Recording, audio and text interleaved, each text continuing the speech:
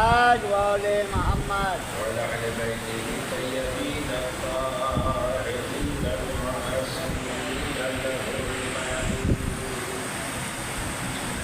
الذين أذهب الله عنهم الرجس على البيت وطهرهم تطهيرا. اللهم صل على محمد وآل محمد. أما بعد فقد قال الله الحكيم كتاب الكريم وهو أصدق الصادقين وقوله الحق. بسم الله الرحمن الرحيم. يا أيها الناس اعبدوا ربكم الذي خلقكم والذين من قبلكم لعلكم تتقون. اللهم صل على محمد وآل محمد. عبادت پروردگار جس نے ساری کائنات میں جانداروں کے لیے ہر چیز کی ضرورت کو ضرورت کے مطابق پورا کیا اور انسان کو اللہ نے تمام مخلوقات میں تنہا انسان کو عقل دی ہے، شعور دیا ہے. یہ عقل ہی اس بات کی متقاضی بنتی ہے کہ جس نے ہم پر احسان کیا ہے ہم اس کا شکریہ ادا کریں، ورنہ کھانے کے لیے، جینے کے لیے، رہنے کے لیے، پلنے کے لیے تمام مخلوقات اپنی اپنی ضرورتوں کے مطابق اپنے غذاؤں کو پا رہی ہے، کھا رہی ہے. باقی ان سے تقاضا عبادت بھی نہیں ہے، اس لیے کہ وہ فقط اپنی غذا کو جانتے ہیں، غذا کے دینے والے ہاتھوں کو نہیں پہچانتے. غذا کے پیدا کرنے والی قدرت کو نہیں جانتے، اور جب غذا کے پیدا کرنے والی قدرت کو نہیں جانتے تو شکر بھی ان پر لازم نہیں ہے. لیکن انسان کو اللہ نے عقل دی ہے اور وہ جانتا ہے کہ یہ غذا پہنچانے والے ہاتھ کون ہے، یہ ہوا پیدا کرنے والی طاقت کون ہے، یہ میں نہیں تھا تو مجھے وجود میں لانے والی طاقت کون ہے، اور کس نے میرے مانگنے سے پہلے میری ضرورتوں کو پورا کر دیا. وہ کون غیبی طاقت ہے جو اپنے احسان کا بھی مطالبہ نہیں کرتی، جو احسان بھی نہیں جتاتی، مجھے گناہ پہ موت بھی نہیں دیتی بلکہ توبہ کا دروازہ کھول کے دوبارہ رحمت کا حقدار بنا دیتی ہے. وہ ذات کون ہے؟ انسان جانتا ہے، اور چونکہ جو جانتا ہے اسی پر فرائض واجب ہوتے ہیں. جو جانتا ہے، جو نہیں جانتا اس پر فرائض بھی واجب نہیں ہوتے، ضروری نہیں ہوتے، ذمہ داریاں بھی عائد نہیں ہوتی. ذمہ داریاں انہی پر واجب و ضروری اور لازم ہوتی ہے جو جانتے ہیں، اور جو نہیں جانتے. دیوانے پر نماز پڑھنا واجب نہیں ہے، اس لیے کہ وہ واجب کوئی نہیں جانتا کہ واجب کیا ہے. اور عقل مند پر نماز چھوڑنا واجب نہیں ہے، یعنی جو ہے نماز وہ ترک کر دے یہ جائز نہیں ہے. بہت خطرناک حدیث ہے، جس نے ایک وقت کی نماز چھوڑی اس نے ایک نبی کو قتل کر دیا.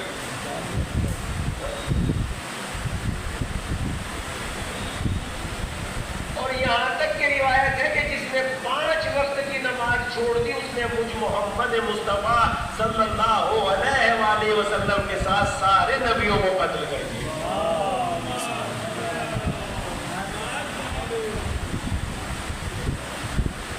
جو جانتا ہے اس پر ذمہ داریاں عائد ہوتی ہیں. لہذا دیوانے پر نماز واجب نہیں ہے،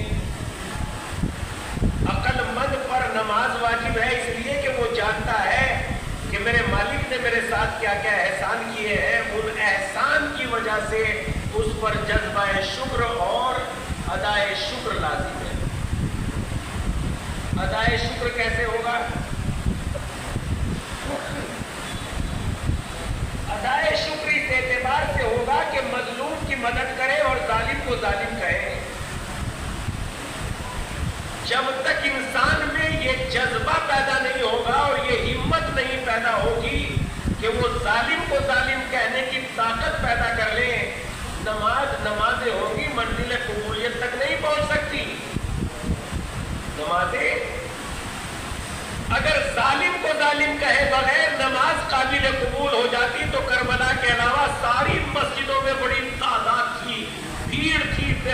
سجدے ہی سجدے تھے، بے پناہ دعائیں ہی دعائیں تھی، بے پناہ عبادتیں ہی عبادت تھی، مگر کربلا نے بتایا سجدہ شکر اس وقت واجب اور لاون مثلاً قبول ہوتا ہے جب ظالم کی آنکھوں میں آنکھیں ڈال کے کہا جائے تم ظالم ہو، تم غدار ہو، تم بے ایمان ہو۔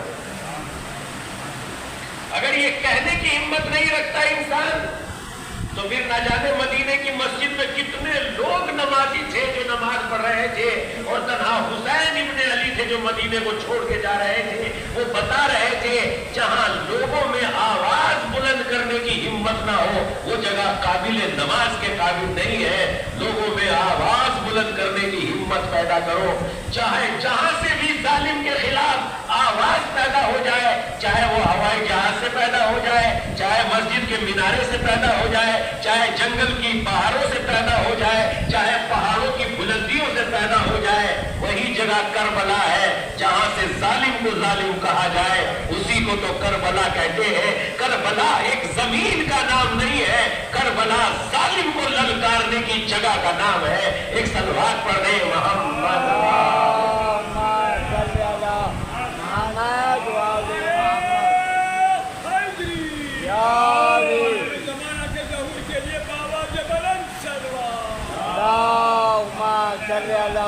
محمد والے محمد۔ ہم یہ سمجھتے ہیں کہ کربلا اس چہار دیواری کا نام ہے جتنا رقبہ ہے کربلا کا، نہیں، ہر وہ جگہ کربلا ہے جہاں سے ظالم کے خلاف آواز اٹھائی جائے، ہر وہ جگہ کربلا ہے۔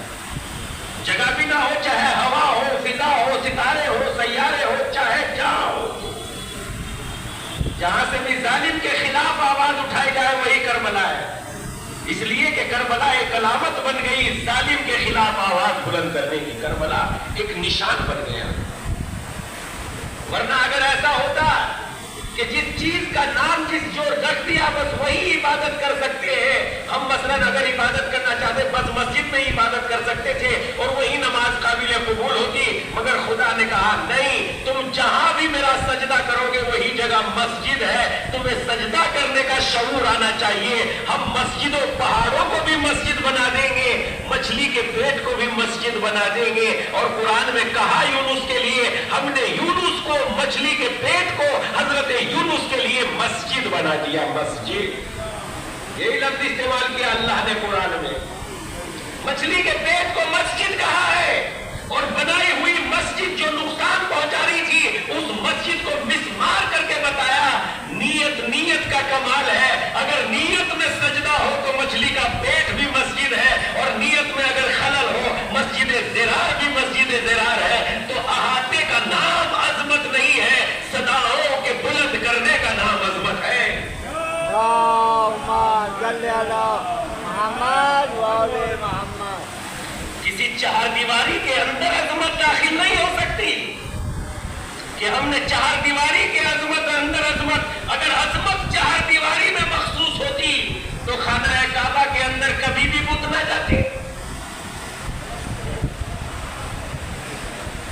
بھئی اگر عظمت چہار دیواری میں محدود ہوتی تو خانہ کعبہ کے اندر کبھی بھی بت نہ جاتے، اور اگر عظمت چہار دیواری میں محدود ہوتی تو خانہ کعبہ سے باہر کہیں بھی مسجدیں نہیں بنائی جاتی، مگر بتایا نہیں، عظمت چہار دیواری میں بند نہیں ہو سکتی، چراغ جہاں جلے گا روشنی دے گا، چاہے جہاں جلاؤ، سجدہ جہاں ہوگا انسان میں معرفت پیدا کرے گا، چاہے جہاں کر لو۔ بلکہ قرآن نے کہا ہے کہ اس چیز کا نام جو ہے عبادت نہیں ہے کہ تم اپنا رخ کو مشرق و مغرب کی طرف کر لو، یہ عبادت نہیں ہے، بلکہ تم حکم خدا کے سامنے سجدہ ریز ہو جاؤ، یہی عبادت ہے، حکم خدا۔ تو اس اعتبار سے انسان میں یہ طاقت پیدا ہو جائے کہ وہ ظالم کو ظالم کہے، بے ایمان کو بے ایمان کہے۔ سب سے بڑی ہمت یہی ہے کہ ظالم کے آواز کیا فرمائے، کلمۃ الحق افضل الجہاد کلمۃ الحق ان سلطان الجابر۔ مغرور انسان کے سامنے، گھمنڈی انسان کے سامنے، اکڑو انسان کے سامنے کلمہ حق بیان کرنا یہی سب سے بڑی فضیلت ہے، یہی سب سے بڑا جہاد ہے۔ اور اسی اعتبار سے جتنے بھی ائمہ کے زمانے میں بادشاہ گزرے ہیں، جتنے بھی گزرے، ایسی اتنے خطرناک کہ لوگوں کو دیواروں میں چنوا دیے جاتے تھے، بچوں کو دیواروں میں چنوا دیے جاتے تھے۔ چننے والے ترس کھاتے تھے، رحم کھاتے تھے، مگر دیواروں میں چننا پسند ہے، قبول ہے، مرنا قبول ہے، لیکن ظالم کے سامنے سر جھکانا قبول نہیں ہے۔ یہ ہمیں تاریخ نے بتایا۔ جس نے ظالم کے سامنے سر جھکا لیا وہ مٹ گیا، اور جس نے ظالم کو للکارا وہ کبھی مٹ نہیں سکتا۔ دنیا کی تاریخ موجود ہے، فرعون مٹ گیا، موسیٰ زندہ ہے، اور سب کی سب تاریخ گواہ ہے۔ جو ظالم کے خلاف آواز اٹھاتے ہیں وہی زندہ ہے، باقی سب مردہ ہے۔ ہر مجمع سے آواز پیدا ہوتی ہے، آل سعود آل یہود ہوتی ہے کہ نہیں ہے؟ صدا بلند ہوتی ہے کہ نہیں ہوتی ہے؟ کیوں؟ اس لیے کہ وہ ظالم کے خلاف آواز بلند نہیں کرتے بلکہ ظالم کا ساتھ دے رہے ہیں۔ تو اس اعتبار سے ظالم کے خلاف آواز بلند کرنا سب سے بڑی عبادت یہی ہے کہ ظلم کو برداشت نہ کرو۔ اٹھو۔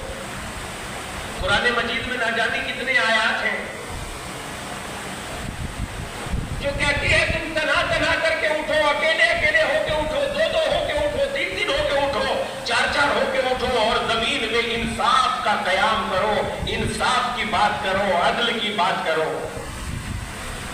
جب زمین میں انصاف ہوگا، عدل ہوگا، اور واقعاً مخلص لوگوں کے ہاتھوں میں طاقت ہوگی، تو بندگان خدا عوام کو بہت فائدہ پہنچے گا۔ عوام کی بہت زیادہ حیثیت اس اعتبار سے نہیں ہے کہ وہ گہری سوچ نہیں رکھتے، اس لیے عوام کے لیے کہا گیا عوام کل انام۔ ان میں گہری سوچ نہیں ہے۔ ان لوگوں کی بڑی عظمت ہے جو گہری سوچ رکھتے ہیں، جو گہری فکر رکھتے ہیں۔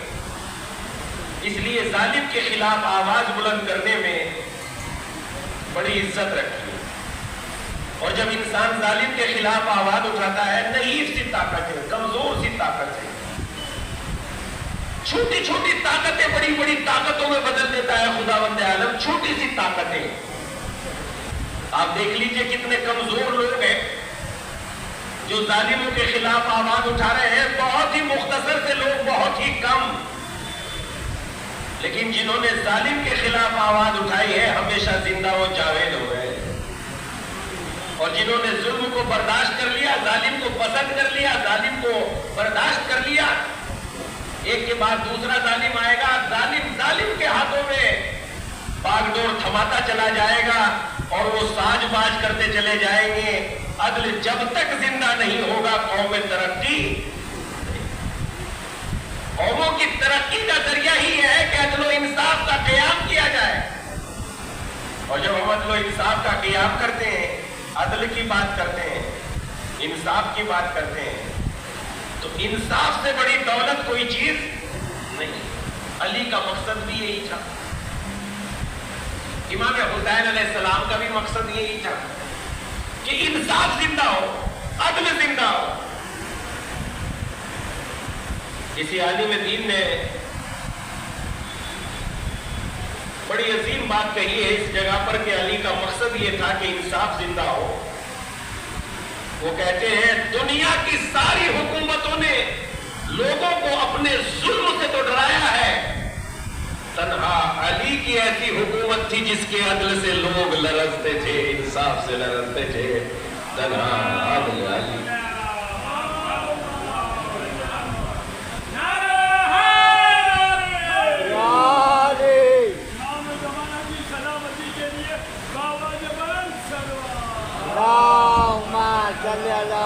محمد وآل محمد۔ جس کے عدل سے دنیا لرزتی تھی، جس کے عدل سے دنیا خوف کھاتی تھی، کیا کہنا اس عادل کا؟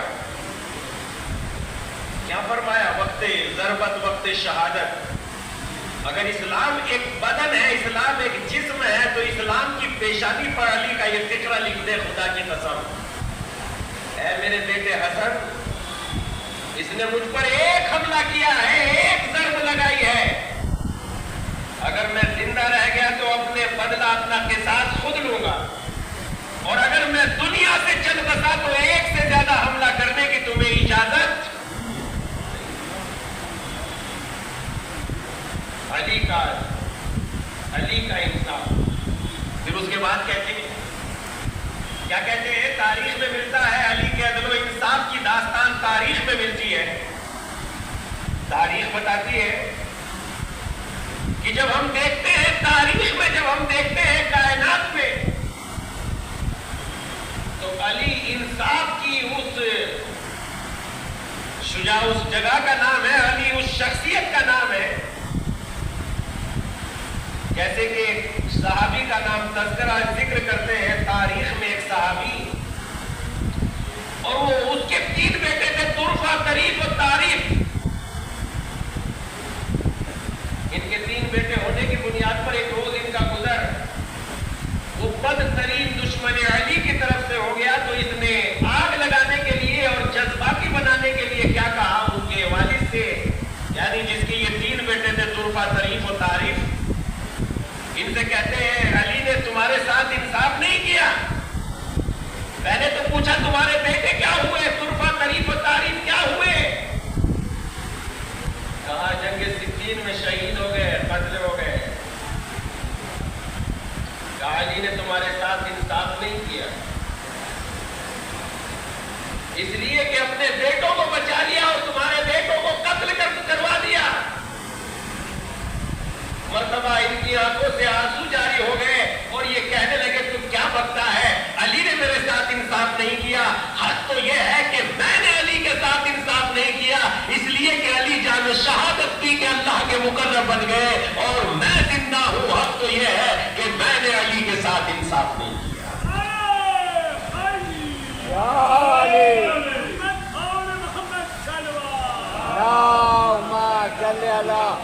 محمد وآل محمد۔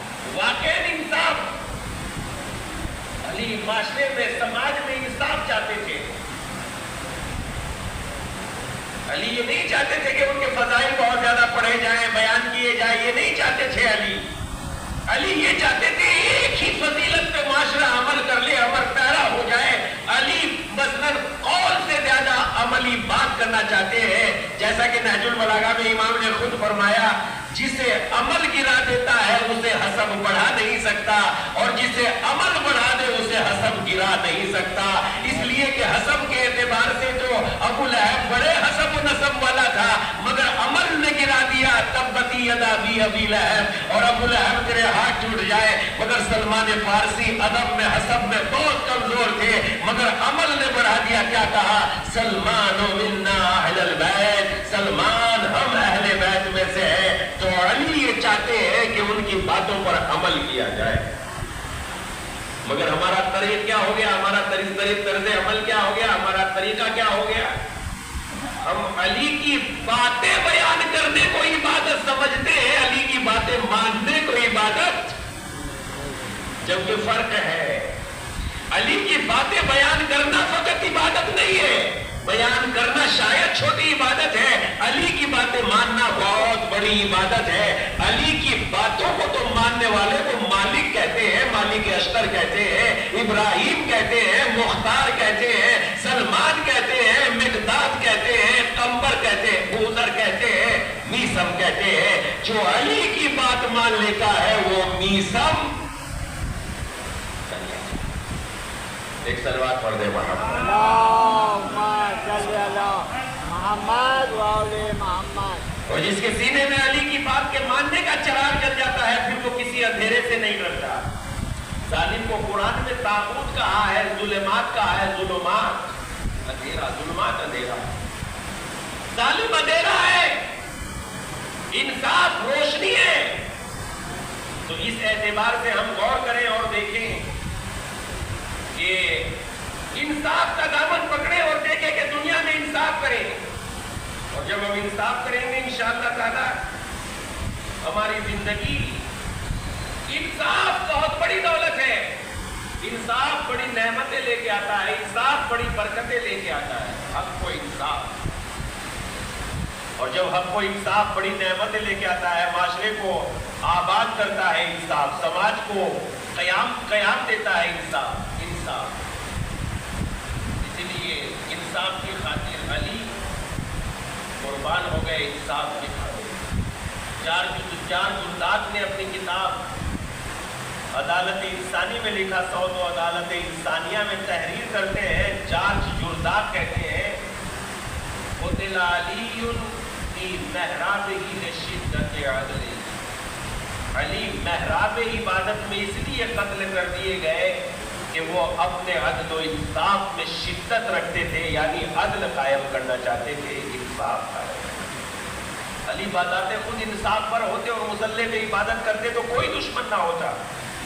علی سماج میں انصاف قائم کرنا چاہتے، معاشرے میں انصاف قائم کرنا چاہتے، اور کسی ایک انسان کو بھی فضیلت نہیں دینا چاہتے تھے۔ خدا کی قسم ہے، کاش کہ یہ باتیں ہمارے سماج اور معاشرے میں غور و فکر کی حد سے گزر جائیں، اور یہ دعا شرمندہ تعبیر ہو جائے۔ علی سماج میں انصاف کرنا چاہتے تھے، علی کسی کو بھی کوئی فضیلت امام علی کی نگاہ میں نہیں تھی، چاہے وہ اپنا ہو یا پرایا ہو، بندگان خدا کے اعتبار سے سب کی عزت کرتے تھے، مگر میرا بھائی ہے اس لیے کسی کی عزت نہیں تھی، میرا سگا ہے، میرا رشتہ دار ہے، کوئی علی کے مقرب نہیں تھا اس لیے کہ میرا بھائی ہے، نہیں۔ اگر عزت تھی تو بندگان خدا کی، مخلوق خدا کی، سب مخلوق خدا ہے۔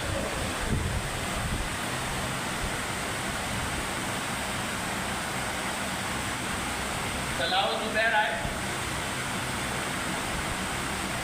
اور طلحہ و زبیر نے آنے کے بعد امام علی علیہ السلام سے کہا ہمیں فلا فلا فلا فلا اتنا دیا کرتے تھے، لہذا آپ بھی اتنا ہی دو، ورنہ ہم حکومت گرا دیں گے۔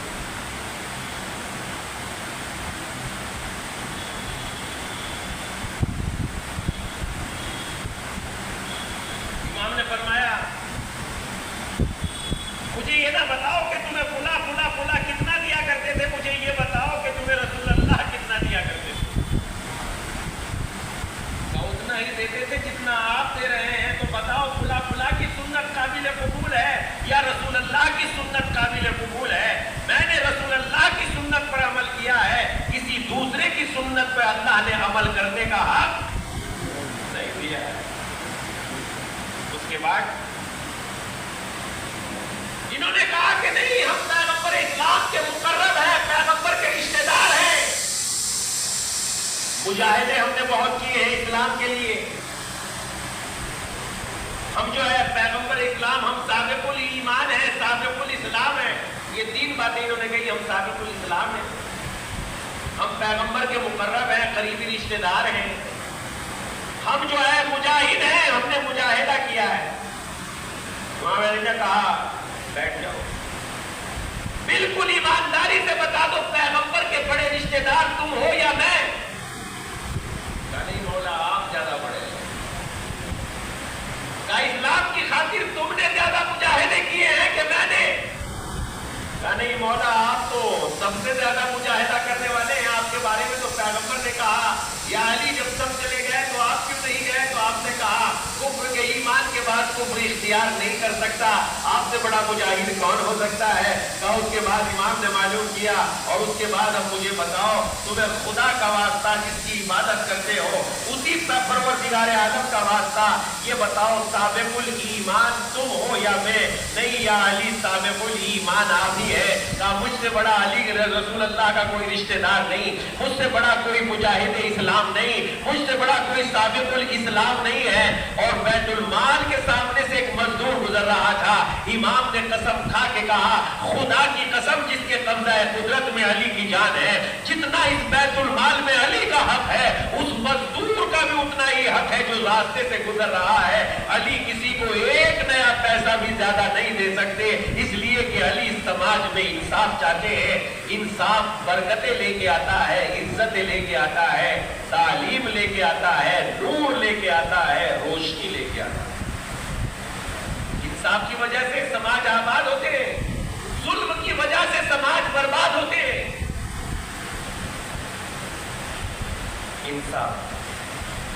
اسی لیے انصاف کے سلسلے میں امام حسین بھی یہی چاہتے تھے انصاف ہو، امام حسن بھی یہی چاہتے تھے انصاف ہو، سب یہی چاہتے تھے کہ انصاف ہو، مگر دنیا میں زیادہ تر لوگ ظالم ہیں اور ظالم کے طرفدار ہیں۔ دنیا میں بیشتر لوگ، دنیا میں زیادہ تر لوگ ظالم ہیں اور ظالم کے طرفدار ہیں۔ حق بات کہنے کی تو جرأت بہت کم لوگوں میں ہے، حق بات کہنے کی جرأت ہی نہیں ہے۔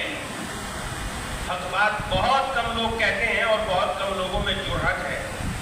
یہ بات بھی امام علی علیہ السلام نے ہی نہج البلاغہ میں کہی، ارشاد فرماتے ہیں اگر تقریر کا موقع آ جائے تو حق سے بڑا موضوع کلام کچھ بھی نہیں ہے، لیکن اگر عمل کا موقع آ جائے تو حق سے چھوٹا عمل کے اعتبار میں کوئی بھی عمل حق پہ کون عمل کرے۔ انصاف کی تو ایک بات کہنے کے لیے دم گھٹتا ہے، اور باطل کا چاہے جتنا ساتھ دلوا دو، باطل کے لیے چاہے جتنی آوازیں بلند کرا دو۔ اس اعتبار سے انصاف، حسین ابن علی انصاف کا پرچم لے کے اٹھے تاکہ قوم و ملت میں انصاف ہو، عدل ہو۔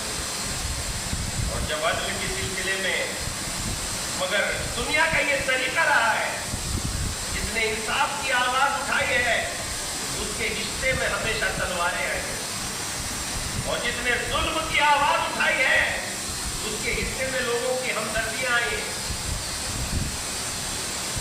علی نے انصاف کی آواز کو بلند کیا، حصے میں ضربت آئی، اور یہ دنیا کی تاریخ کا یہ تجربہ ہے۔ جو عدل و انصاف کی بات کرے گا، حق کی بات کرے گا، اس کو ضربت کھانے کے لیے تیار رہنا چاہیے۔ یہ میں نہیں، امام نے بھی فرمائی ہے یہ بات، اگر مجھ سے محبت ہے تو فقیری کے لیے تیار ہو جاؤ۔ یہ بات فرمائی کہ نہیں فرمائی؟ آپ نے سنی؟ کیوں فرمائی ہے امام نے بات؟ اس لیے کہ جس کا پتہ چل جایا کرتا تھا کہ یہ محبت ہے، اس کا یہ محب علی ہے، اس کے جو ہے اقتصاد کے راستے بند کر دیے جاتے تھے، اس کے حقوق کو لوٹ لیا جاتا تھا، اسے غریب و مفلس بنا دیا جاتا تھا۔ یہ امام نے فرمائی میری محبت ہے اگر دل میں تو فقیری کے لیے تیار ہو جاؤ۔ حق بات کہہ دو گے تو کہیں کام نہیں ملنے کا۔ حق اتنا کڑوا سچ ہے کہ اگر کہیں حق بول دو گے تو کام ملنے والا نہیں ہے، اور جھوٹ میں ترقی ہی ترقی ہے۔ تو اس اعتبار سے حسین عدل کا پرچم لے کے اٹھے، انصاف کا پرچم لے کے، مگر حصے میں کیا ہے؟ حصے میں آئی پیاس، حصے میں آئی شہادت، حصے میں آئی بے بسی، حصے میں آئی ماں بہنوں کی رضا کا چلا جانا اور سیلابیوں کا سر ننگے ہو جانا۔ یہ حصے میں آیا، سیلابیوں کا سر ننگے ہو جانا۔ یہ لفظ آپ نے، میں نے پڑھا، آپ نے سنا، میرے لیے پڑھنے کے لیے بس پڑھنا کافی ہے، آپ کے لیے سننے کے لیے آنکھیں ہمارے دیدے نم ہو چکے ہیں اور جب دیدے تر ہو گئے ہیں، مگر جب آج 1400 سال کے بعد ہمارے دیدے تر ہو جاتے ہیں، ذرا اس غیرت دار حسین سے پوچھئے، اس لیے کہ جس کے اندر جتنی غیرت ہوتی ہے اتنا ہی زیادہ وہ چیزوں کو محسوس کرتا ہے۔ اس غیرت دار حسین سے معلوم کیجئے کہ جب پیغمبر اسلام نے حسین ابن علی سے کہا، رو رہے ہیں پیغمبر اسلام، اور روتے روتے ایک مرتبہ بچپنے کے عالم میں حسین ابن علی اپنے نانا کے پاس پہنچ جاتے ہیں اور کہتے ہیں میرے نانا رونے کا کیا سبب ہے؟ کہا بیٹا میں دیکھ رہا ہوں میرا دین اجڑ جائے گا۔ اے نانا آپ کے دین کے بچنے کا کوئی سبب ہے، کوئی وجہ ہے، کوئی طریقہ؟ ہاں میرے بیٹے طریقہ تو ہے، مگر اے حسین تجھے اپنا خون قربان کرنا پڑے گا۔ ہاں نانا اگر میری شہادت سے آپ کا دین بچتا ہے تو یہ گلا حاضر ہے، آؤ تلوارو حسین کا گلا حاضر ہے۔ یہاں تک تو بات صحیح تھی، مگر اس کے بعد پیغمبر نے کہا تمہیں اپنے چھوٹے چھوٹے بچوں کو قربان کرنا پڑے گا۔ ہاں نانا قبول ہے، لیکن ایک مرتبہ پیغمبر نے جب یہ کہا تمہیں اپنی بہن کی رضا دینا پڑے گا، زینب کو سر کھلے دیکھنا پڑے گا۔ ارے غیرت دار حسین نے سر کو جھکا لیا۔ ایک مرتبہ پیغمبر نے پھر رونا شروع کیا۔ بہت دیر کے بعد حسین نے اس بات کو برداشت کیا، دین اتنا قیمتی ہے، اتنا قیمتی ہے، انصاف اتنا قیمتی ہے۔ حسین انصاف کا پرچم لے کے اٹھے